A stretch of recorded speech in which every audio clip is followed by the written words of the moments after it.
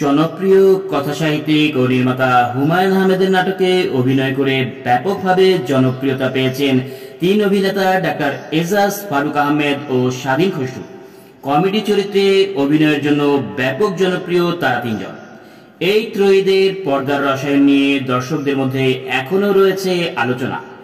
এই ত্রয়ীদের জনপ্রিয় নাটকগুলোর মধ্যে রয়েছে তারা তিনজন, টি মাস্টার, তারা তিনজন, ঝামেলায় আছে, তারা তিনজন, হে পৃথিবী বিদায়, তারা তিনজন, ফুসকা বিলাস, আবারও তিনজন, আমরা তিনজন, উড়ে যায় বকপক্ষী।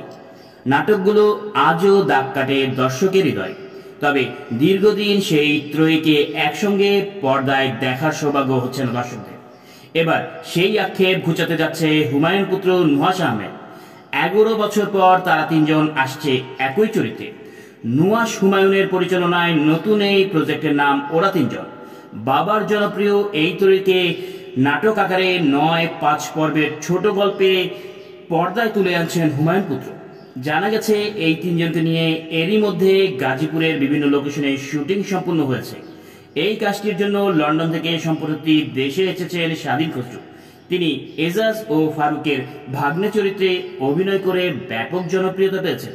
কন্টেন্টটি কোনো ইউটিউব চ্যানেলের নয়, স্ট্রিমিং হবে দেশের জনপ্রিয় একটি ওটিটি প্ল্যাটফর্মে।